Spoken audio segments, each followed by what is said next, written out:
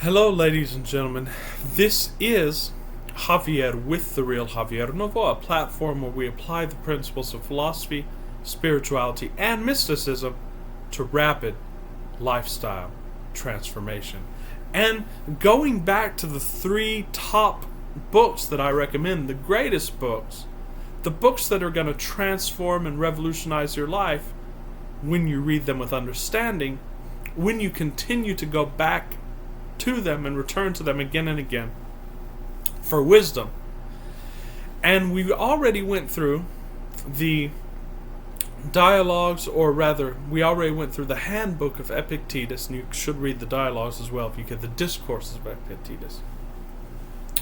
We also went through how to stop worrying and start living. And now we're going to what could be perhaps the summation of all of these, or the greatest book of all of these, but I think they're all equal on certain levels. But it is my great honor tonight to go into a very short exegesis of The Power of Now by the great Eckhart Tolle. And this book had a great effect upon me because it was in my early to mid 20s. I had been very heavily involved in Orthodox religion since my early teens, and I had studied with many Islamic scholars, and I had of course studied the surface and the spiritual aspects of Islam, but I had not really gone deeply into the mystical aspects, into the deep tasawwuf and tarbiyah and other things like this. But when I was in my mid-20s, I did have an awakening, a spiritual awakening. And it tugged at me, and it made me want to explore these things in depth and in earnest. And I did start studying with some scholars who studied mysticism, and we can leave that for another time. But basically, my personal and professional lives were not the way I wanted them to be. I was still struggling to understand and to implement spiritual concepts. And I was basically got to a point of crisis in my mid-20s. And that's when I came upon a lecture by the great Islamic speaker, Sheikh Khalil Jafar from Canada. And I will put the link in the description. It's still a very great and hard-hitting lecture. It's called The End of Negative Suffering. And it basically transformed the way I saw mysticism and the way I could apply it to my life. And it is an exegesis from an Islamic point of view from The Power of Now by the great Eckhart Tolle. So that encouraged me to read that book. And when I read The Power of Now, and I started listening to lectures by Eckhart Tolle, and I actually learned about and internalized these concepts of being present, of being in the now, of realizing who you are, and the even deeper concept of seeing yourself as the whole, simply having an experience within, as Teilhard de Chardin called it. We are spiritual beings having a physical experience. And when you see that, and when you know that, you are completely present, and then you allow all of the play, like the Stoics called it, and all of the activities and motions and so on to simply happen within you, and then you realize you're independent from it. And that gives you power, ladies and gentlemen, and that allows you to operate in this modality of law of assumption and law of attraction. But this is the basis of it, and it is the most important aspect of it. And whether or not you manifest by design, whether or not you rapidly change your lifestyle, it is your purpose, ladies and gentlemen, to rediscover this. Because as we talk about on my scale of being, with divinity at the top and physicality at the bottom, the unity separated into the observer and the observed, and that was so that it could then come to rediscover itself again as unity. Because paradoxically, as the Asian proverb goes, if you do not know sour, you cannot know sweet. Well, if you don't know opposites, and if you don't know duality, how could you know unity? And when you realize that there's no duality, your life takes off. So basically what I wanted to do is simply give a simple exegesis of this book of certain passages, very, very few passages that we're going to go into, and just to encourage you to read the book if you've never read the book. And if you have read the book, I encourage you to return to it. I think this book should be counted and will be counted later on in the trajectory of history as one of the great books of the Western canon, because it summarizes many spiritual traditions into what we go into this channel, and that is the perennial theology and the perennial philosophy.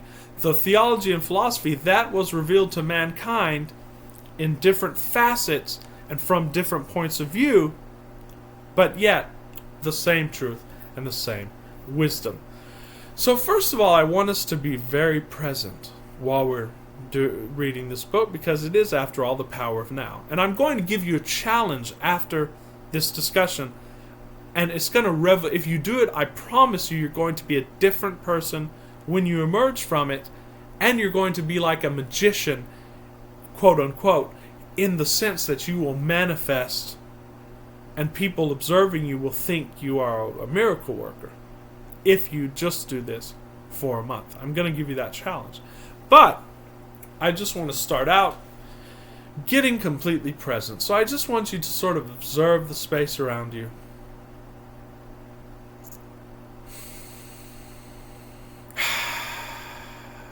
Don't even try to take a deep breath in this modality. Just observe your breath.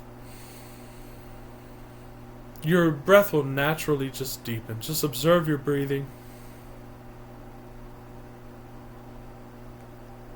You can observe your heartbeats. You can feel your inner body. It's something that Eckhart Tolle goes into. Just observe the energy field in your body. This is a beautiful meditation, by the way, in its own right. I want you to observe your feelings. Whatever physical feelings you have, don't think about it. Don't label it as an emotion, but just observe it. And it's just weather, ladies and gentlemen.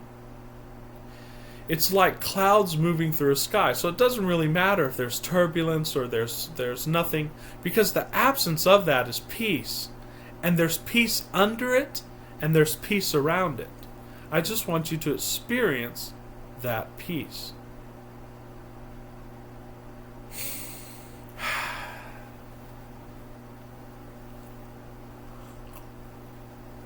I want you to get into a deep state of presence.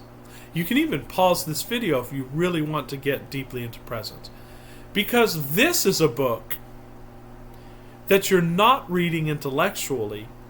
You're reading between the lines. There are even little periods of stopping in this book. I recommend you get a physical copy of this book, even though I'm going to be reading it off my iPad. I've got a physical copy somewhere. I'd recommend you get a physical copy of it, because it has the little stops between certain paragraphs and between certain chapters where it tells you to stop and meditate upon it. You have to read this book, the whole book, and we're just going to go through some statements. Now, Eckhart Tolle was a philosophy student and basically had a he had a spiritual awakening when he turns 29. But he, like myself, didn't know how to make sense of it. So he actually traveled around and studied different books and with different teachers. I believe he even went to India. And he ended up actually homeless in his mid-30s, but then finally he settled down. He became a spiritual teacher. And then, of course, he wrote this book and it took off. But he goes into his story, and you should read his story, for it's very beautiful. But I just want to read. This is a beautiful story. This is the beginning of the first chapter. Eckhart says, a beggar had been sitting by the side of the road for over 30 years. And this is talking about enlightenment. And like we said, I don't believe that there is a certain static point of enlightenment, because that becomes an idol too. And it becomes, as Krishnamurti said, a concept, which we then fix, and then we seek that. And by seeking it, we miss out on it, because all of our concepts are just two-dimensional photographs that are trying to encapsulate 3D and 4D reality, which cannot happen. The only way to relate with reality that is holistic, ladies and gentlemen, and that is emotionally sane, is to observe it without labeling it. Of course, we will label it, that's part of the human mind, but know then that it's not reality. And know that that is an aspect of this prison grid that we refer to in my videos. The first step to escaping the prison grid is escaping your slavery to concepts and to words. If you can break your dependence and slavery on concepts and on words and the connotations and denotations of those words, and you can see words as simply sounds that aid us in a certain modality but actually work against us in another modality, that is the way you escape the prison grid. And this is the core tenet of that, being present. So, a beggar had been sitting on the road for about 30 years. One day a stranger walked by. "Spare some change," mumbled the beggar mechanically, holding out his old baseball cap. "I have nothing to give you," said the stranger. Then he asked, "What are you sitting on?" "Nothing," replied the beggar, "just an old box." "I've been sitting on it for as long as I can remember." "Ever looked inside?" asked the stranger. "No," said the beggar. "What's the point? There's nothing in there." "Have a look inside," said the stranger. The beggar managed to pry open the lid. With astonishment, disbelief, and elation, he saw that the box was filled with gold. Now Eckhart Tolle goes on, "I am that stranger who has nothing to give you, but is telling you to look inside. Not inside any box, as in the parable, but somewhere even closer, inside yourself. But I'm not a beggar," I can hear you say. Those who have not found their true wealth, which is the radiant joy of being and the deep, unshakable peace that comes with it, not the peace of this world, ladies and gentlemen, for this world cannot give you peace. And Vadim Zeland goes into a very interesting distinction in reality transurfing, where he talks about confidence. There's this confidence that you see a very wealthy person have, a very good-looking person or beautiful person have, or a very strong person have. They have this sort of confidence, and you can see it. It's almost like a cockiness. But this confidence is shakeable because it's dependent on worldly conditions. That's the false confidence. That's a confidence that it's not worth seeking because it's depending on the worldly conditions. There's another confidence that you see in great spiritual sages and spiritual teachers and ulama and people like this who are greatly revered for their character and for their manners. If you look at people like this, I remember in the End of Negative Suffering, Khalil Jafar talked about was a great scholar, and he said, a very famous scholar who I won't mention his name, a scholar and leader. And he said, just watch a video of this man and you will see what presence is in action. Just him dealing with people. That's the true confidence. That's presence, and it doesn't come from something on the outer. It flows from the inner. And that was just to say that people are looking outside themselves. So even if you have great material wealth or confidence, you're still a beggar unless you found this true, unshakable joy. And as Krishnamurti taught about, love and joy have no opposites. That means that you can't be in joy one moment and fear in the other. Because even when you're in fear, as we discussed last night on the video of transmuting emotions, of even enjoying your negative emotions, that negative emotion is not negative unless you label it that way. And so you can have joy which underlies that, which surrounds that, and as you'll discover as you get deeper into this modality, is that. It's unshakable. So Eckhart goes on, they're looking for scraps of pleasure or fulfillment for validation, security, or love, while they have a treasure within that not only includes all those things. You have everything within you, ladies and gentlemen, but it's infinitely greater than anything the world can offer. As the biblical tradition says, Jesus said, I have meat that ye know not of. I am the bread. I am the wine. Everything that you wish and that you pursue on the outer is within you. And the irony is, if you go within and forget about the outer just for a little while, it will all appear to you on the outer. So, I just wanted to go into some very deep. This is very interesting point. He says you have probably come across mad people in the street incessantly talking or muttering to themselves. Well, that's not much different from what you and all normal people do, except that you don't do it out loud.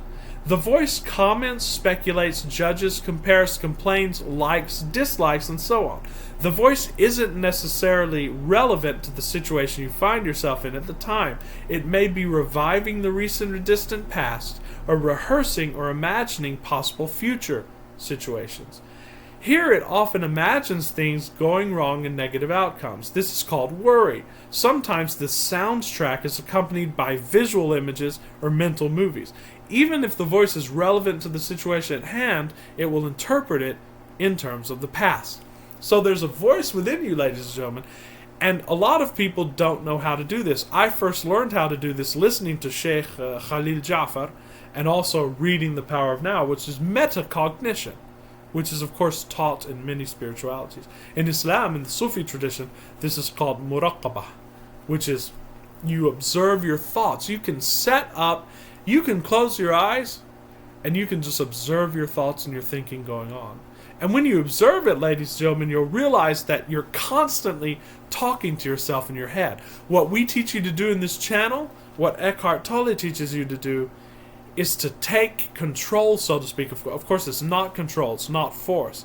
But to be able to indirectly control that conversation, to be able to turn it off at times, to be able to just be with your sensations, that's true meditation, whether you're doing it in a formal way or not.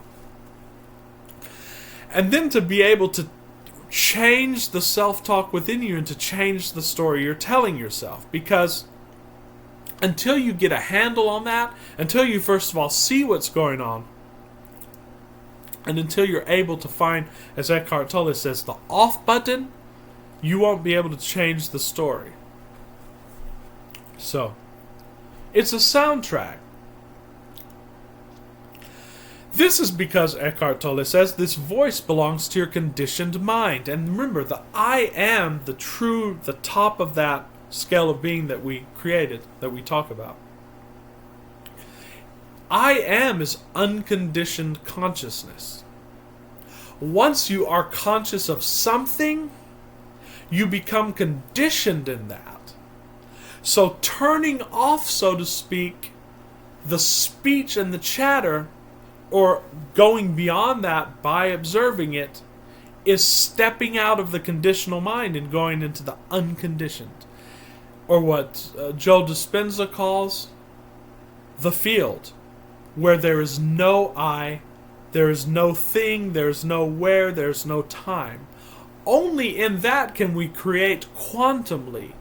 Only with that can we create from the quantum and bypass having to go and traverse within space and time. Otherwise, it takes a long time, and it's like Newtonian physics. So finding that, of course, you can free your mind.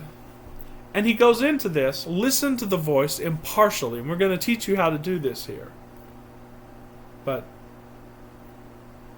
let's find another great passage here, because I just wanted to read a few passages.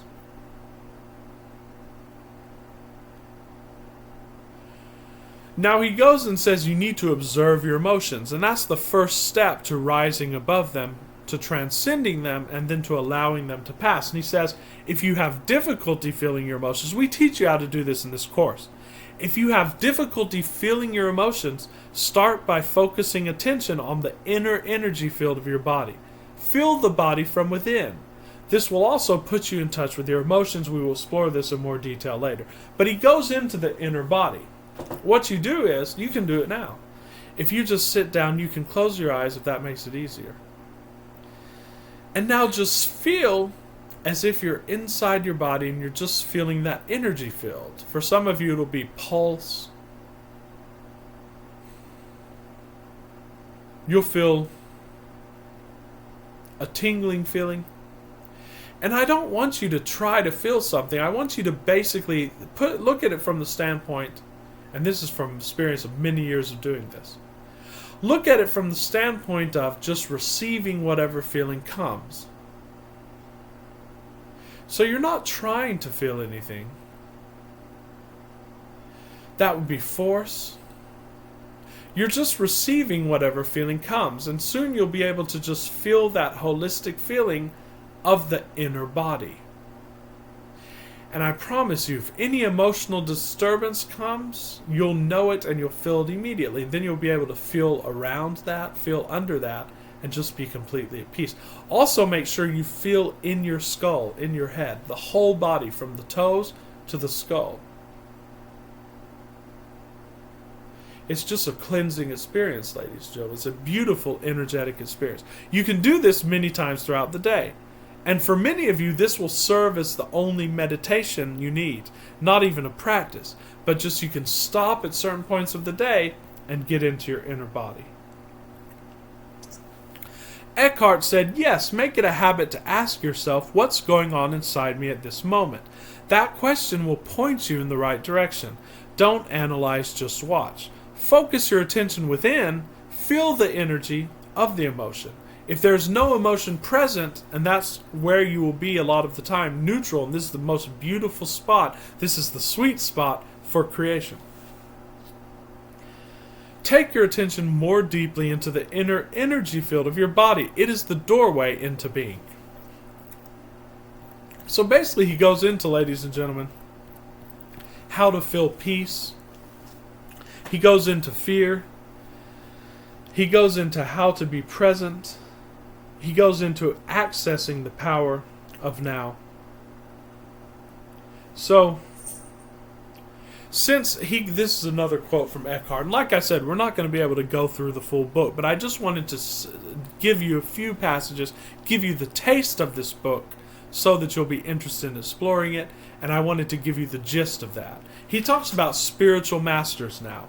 In ancient times, spiritual masters of all traditions have pointed to the now as the key to the spiritual dimension. Despite this, it seems to have remained a secret. It is certainly not taught in churches and temples, and that's why in this channel we try to go into the mystical aspects that they're not teaching you in the masajid, or the churches or the temples and so on. If you go to a church, you may hear readings from the gospel such as, take no thought for the morrow shall take thought for itself. Or nobody who puts his hands to the plow and looks back is fit for the kingdom of God.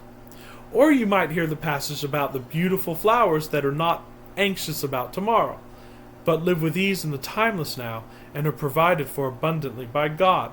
The depth and radical nature of these teachings are not recognized. No one seems to realize that they are meant to be lived and so bring about a profound inner transformation. The whole essence of Zen, the path of Zen Eckhart talks about, consists in walking along the razor's edge of the now, as Stoicism talks about this as well. To be so utterly completely present that no problem, no suffering, nothing that is not who you are in your essence can survive you. In the now, in the absence of time, all your problems dissolve. Ladies and gentlemen, time is simply a psychological construct.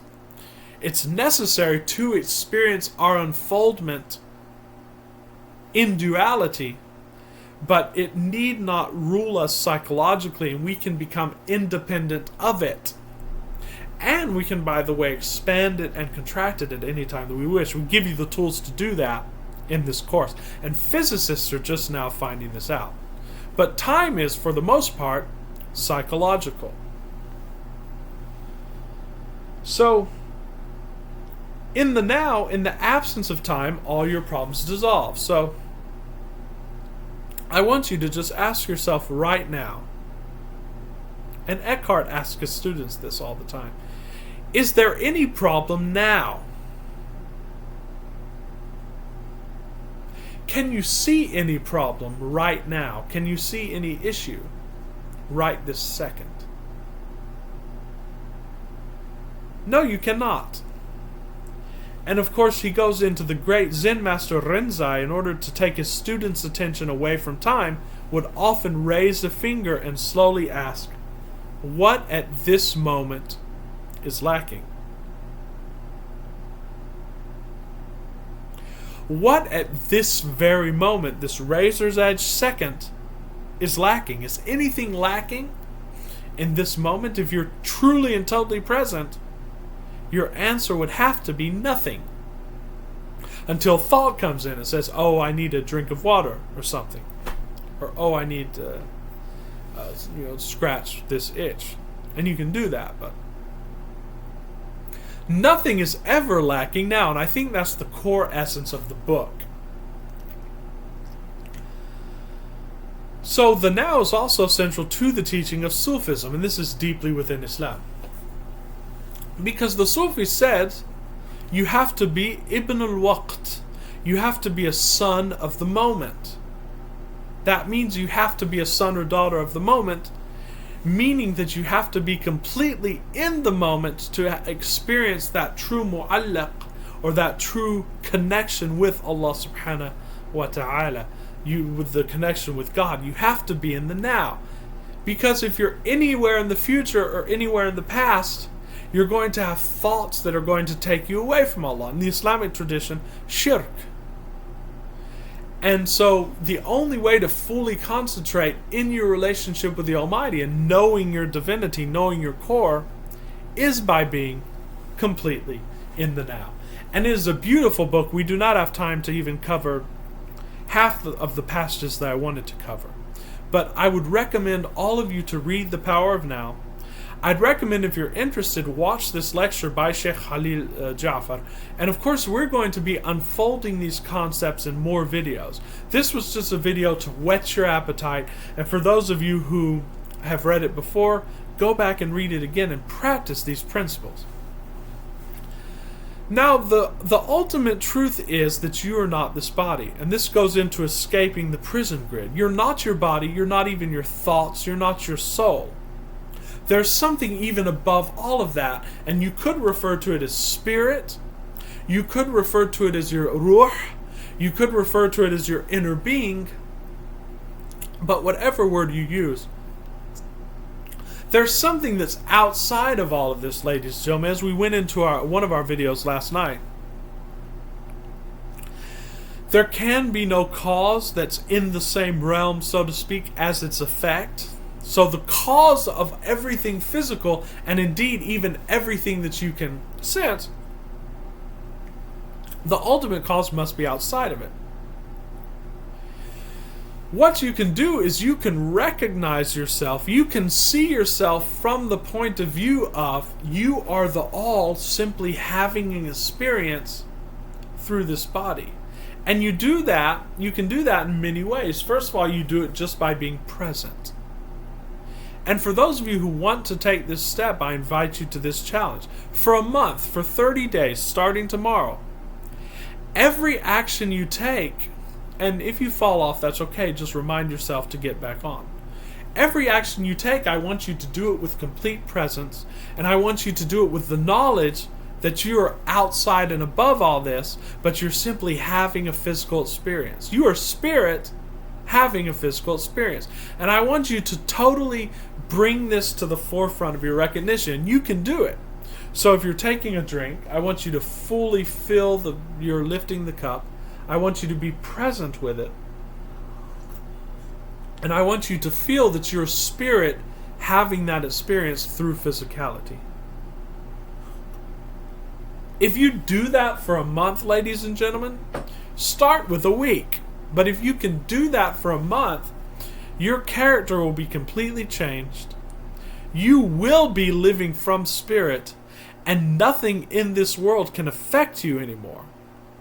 And what that means is, it's going to be really easy to start manifesting incredible things in the physical, because you're not going to care about that. And of course, we're going to go into more videos on this and talking about these topics. So ladies and gentlemen, this has been a very brief presentation of The Power of Now. I challenge you to get into that state of recognizing yourself as an expression of spirit of spirit having a physical experience through you, and that you are not your body, and to be completely and totally present. And so, we are going to have many other videos coming out this week pertaining to the actual hands in the clay aspects of radical lifestyle transformation. But we're always going to return back to spirit and to creating through spirit, manifesting in the physical through that, and not simply by purely 3D means. So thanks for watching. If you like our material, please subscribe and like to our channel. And also, I am doing coaching calls, and we will put the email in the description. So thank you very much for watching. Until very soon, this is Javier, and I'll see you soon.